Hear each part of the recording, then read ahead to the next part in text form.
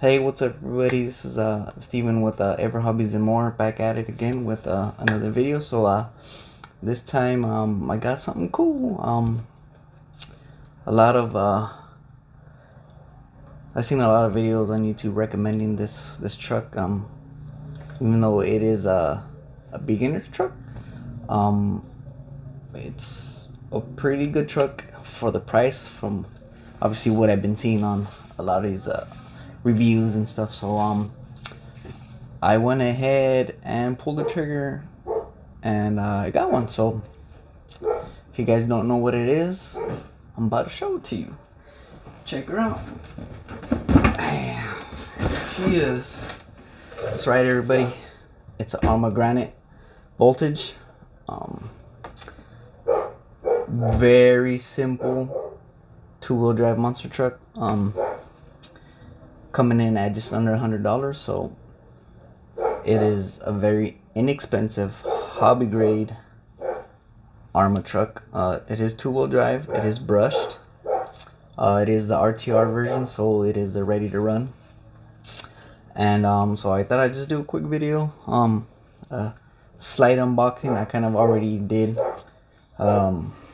unbox it, and just to make sure everything is good, everything is in there. So I'll be doing that with you guys, just taking it out again and just kind of going over the truck, what you get in the box, and that's pretty much it. And so we'll go from there. Cool. All right, everybody. So here she is. Put it down here. Lift up this top. Woo! Take the top off. Take the top off. So here's what we get. Transmitter, right? A little itty bitty transmitter. That's pretty cool. It is a fairly small transmitter, which is, like, for me it's nice. To each their own. I know everybody has different styles, but I like this. I like this transmitter. It looks super cheap, but for the price of the truck, what do you expect? So it does take 4 AA's right underneath here. Just pop it open, throw them in there. I do like how slim it is. The handle, wheel's nice, got a little foam grip on there, and you got all your basic trims and stuff there. So you got let me see what we got. You have a dual rate steering. You have your dual rate throttle, steering trim, throttle trim, basic bind button. So super basic transmitter, which is expected with a truck, an RTR in this price range. So what's next? The truck. Wow, check it out. There she is. Look at that. She's a beauty. She is a beauty. What else do you get in the box? Let's see. You get a handy dandy manual, owner's manual. Obviously is super basic. Gives you all your instructions and stuff like that. It comes with a little tool, a little wrench, and to take off the wheels, and some preload clips. Not too many. Seems that it's already got most of them installed. It also comes with a charger. Sorry, that wasn't in the box. I took it out because I charged the battery for it before this video. So it comes with a wall charger. This is one of those very low powered wattage chargers. So you want to charge your battery with this, it's gonna take a few hours. So I always recommend, if you do decide to get into this hobby, or if you are already into the hobby, most likely if you're already into the hobby, you have a good charger. So that's one thing I do recommend, is right off the bat is try to get a good charger and a good battery. Can never go wrong with having a good, at minimum, a 2-cell lipo. So depending on your applications, your trucks, they range from different sizes, obviously. So you'd have to kind of go accordingly to what you have. Obviously, a 10 scale truck like this, anything that's like a 4500 milliamp and up would be perfect. The most common is like a 5200 milliamp. Those are the most common. It's probably the best all around 2-cell lipo for something like this. So if that's something I highly recommend if you can. Anyways, let's get back to the truck. So here she is. Check her out. Now she is a very nice looking body, slim chassis, very slim chassis, if you can see here. It's not very wide as far as the chassis. The body's very narrow. I kind of like it. It's very sleek.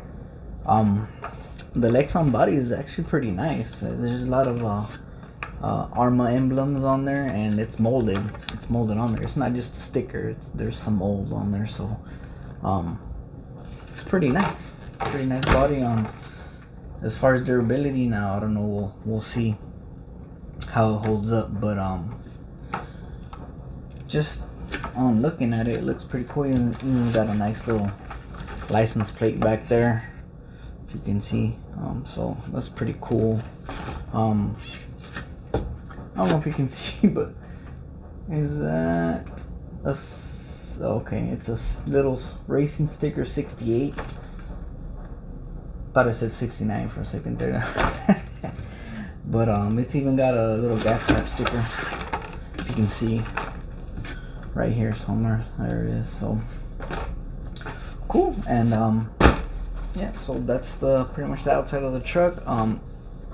One thing though that I did notice with this one, I'm pretty sure it's not like anything to worry too much about, but the tires, all 4, did come with a flat spot, and that is I'm pretty sure that's from sitting in the box. This is an RTR model, so wheels were already mounted on the truck, so it looks like it just sat there for a while. And I don't know if you can see, maybe I can find the flat spot on this one. Now on this one I can see it, like literally right there.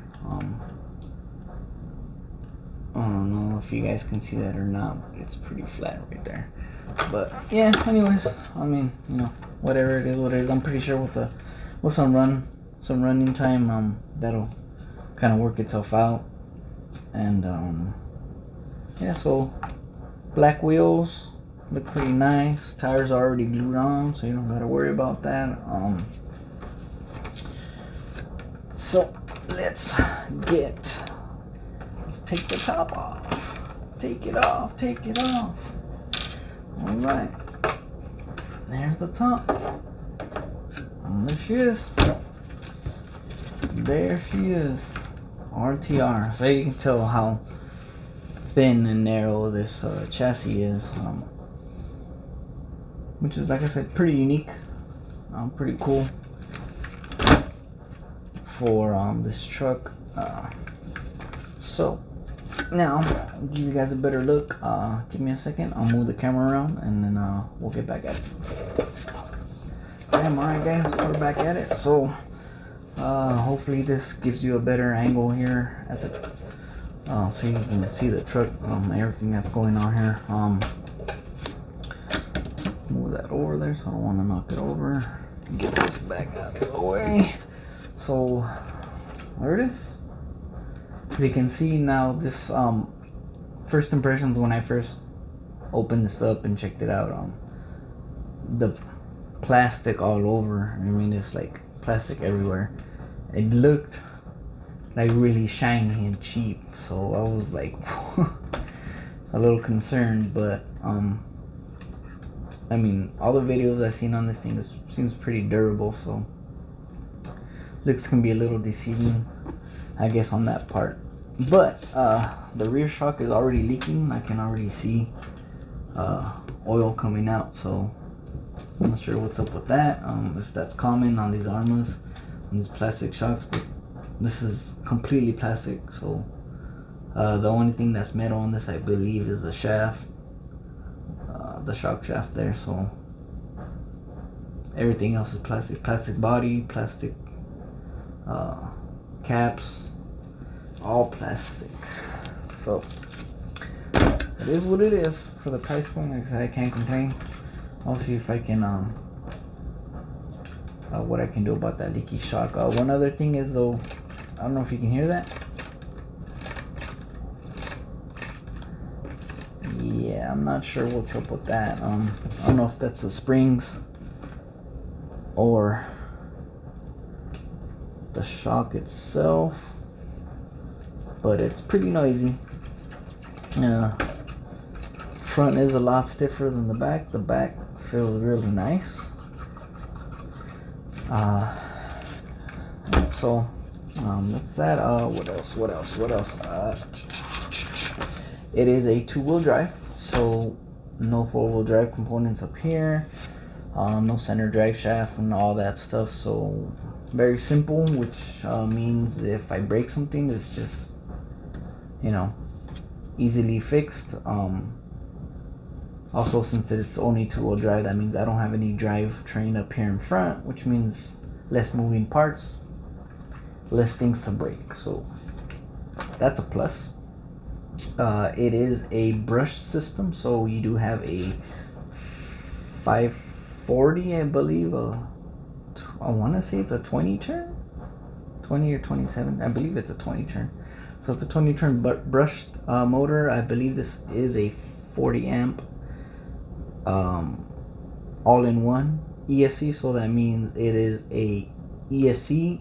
It's also your receiver, and it is a 5-wire servo. So if you do ever need to replace this, you have to replace it with a 5-wire servo.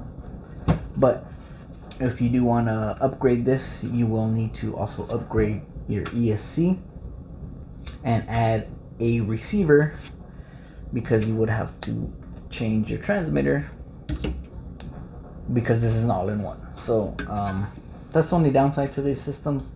It is fairly simple and easy to have one of these, because it's just less stuff on the truck. But you know, there is a downside to doing that, because now if you want to upgrade, say, your steering servo, you can't, or without changing pretty much the entire ESC.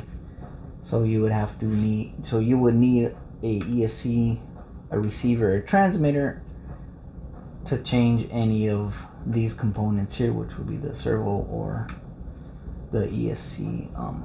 Obviously, if you want to go brushless, you'd have to change out the entire system, which means you need a motor, the ESC, receiver, transmitter, and your servo.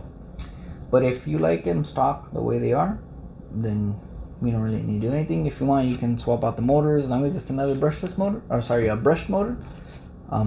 You'll have no issues, just easy removal of that old one, pop in the new one, and you're good to go. So yeah, and one other thing here. So sorry, I already had the battery in there. Let's get this sucker out. Ooh, it's really tight there. So now the battery tray is hitting inside the chassis here, you guys can see. So all you gotta do is these little pins here, you push them down and then out, and your tray pops open there.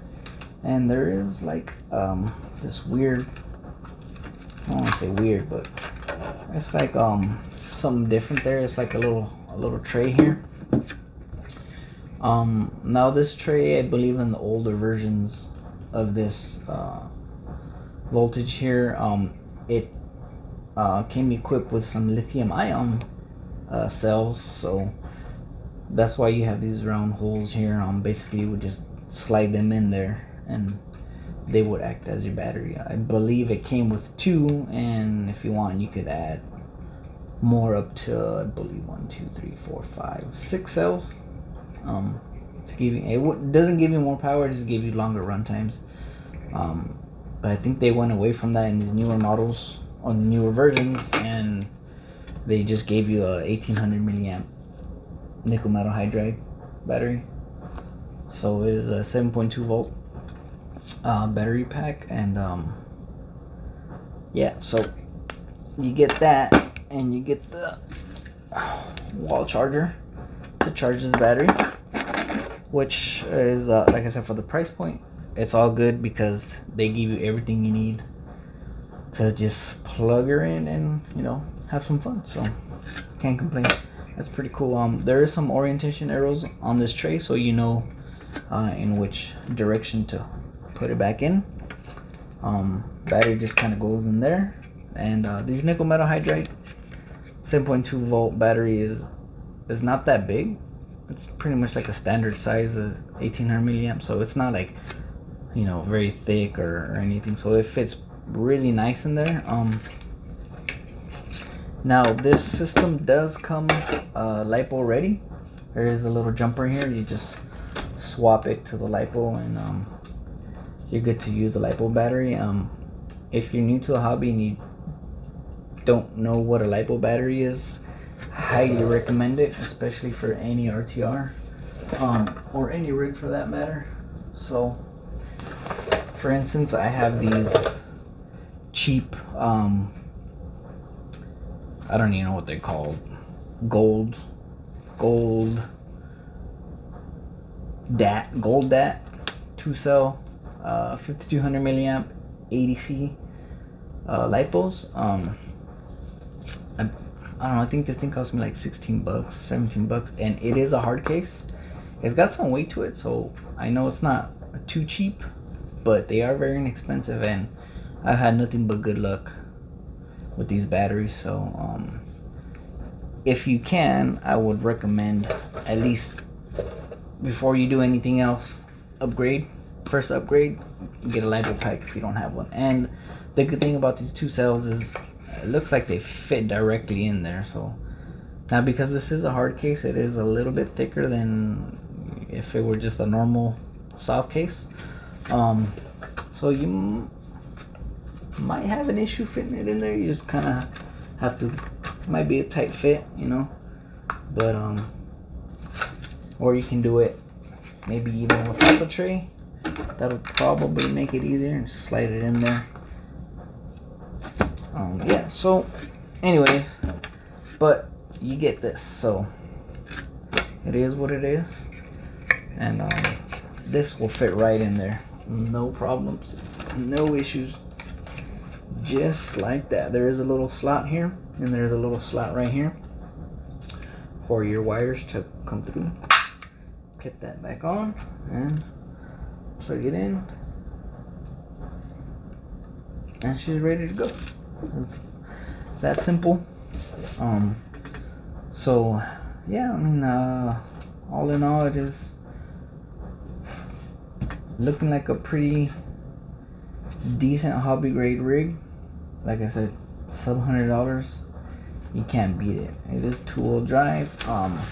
Looks like you got right over here the cover. Now you got your pinion and spur gear up in here, so it looks like it's fairly simple for any maintenance, or if you want to upgrade or even change your gearing, mess with it. Seems like it's just like 2 screws you pop off, take that cover off, and you're good to go. Yeah, so let's get her turned on and see if she lives. Bam! Got the transmitter on. Let's turn on this ESC here, see what we get. Oh, takes a minute, or not a minute, Literally, it's a few seconds. It's a little laggy though, and I'm used to just kind of right away, as soon as you hit the switch, boom, it turns on. This one kind of hesitates there for a little bit, but there you go. She's alive. She's alive. So you know, not bad. Not bad. Like I said, for the price, yeah, you can't complain. This is more than enough. Let's see. Let's get a little bit. Whew, look at that wobble. Check that out. I don't know if you guys can see that. You see that wobble? Look at that. Let me give it a little bit more throttle. Kind of goes away, but as it slows down, look at that wobble. Not sure what's up with that. That's probably maybe the flat spot. I don't know. Wheels don't feel a little bit loose. I might have to go through all these bolts though. That's another thing I would recommend when you get any truck for the first time. Always inspect your rig. Make sure all the screws are on tight, especially the wheels. Make sure they're nice and tight, properly on there, so that you know you don't go bashing and then your wheel goes flying off and then you lose something and now you're stuck because you gotta go get parts, or you gotta order them and you gotta wait, whatever the case may be, you know. So and I recommend doing that, you know, before and after every run, you know, just to be safe. Why not, you know, especially on something like this that's so simple. It's easy to just, you know, give everything a little check, you know, a little pre-trip, post-trip, after every run, just to make sure everything's good and still there. Alright guys, well, that's it for the Arrma granite voltage. Hope you guys enjoyed the content. I will have some run videos of this. I'm definitely gonna I'm gonna throw it out there and I'm gonna bash it up. I'm definitely gonna jump it. That's mainly why I got it, because I wanted something that I can just completely bash, thrash, jump, and have some fun with. And if I break it, it doesn't break the bank. So cool. Hope you guys liked it, and like I said, stay tuned because I will have some more run video on this, jumping, having some fun. So, and we'll see how she handles that. And depending from there, might even do some upgrades. Hint hint. Maybe brushless, maybe not. I'm thinking though, I think I'm gonna keep it brushed. Maybe I'll go down to a 12 turn, because I do have a 550 size 12 turn brush motor that I might just throw in there. I do have a brushless system sitting around, but I've seen a lot of people do the brushless conversion, and there's kind of, I mean, it's fun, you know, but it's just things start to break. They're uncontrollable because it is, you know, remember, it's a 2-wheel drive truck, so you won't be able to keep the front end down, and you're just going to be fishtailing, rooster-tailing everywhere. So yeah, but we'll see what happens in the future. Yeah guys, so that's it for the video. Hope you guys enjoyed it. We'll see you next time. Peace.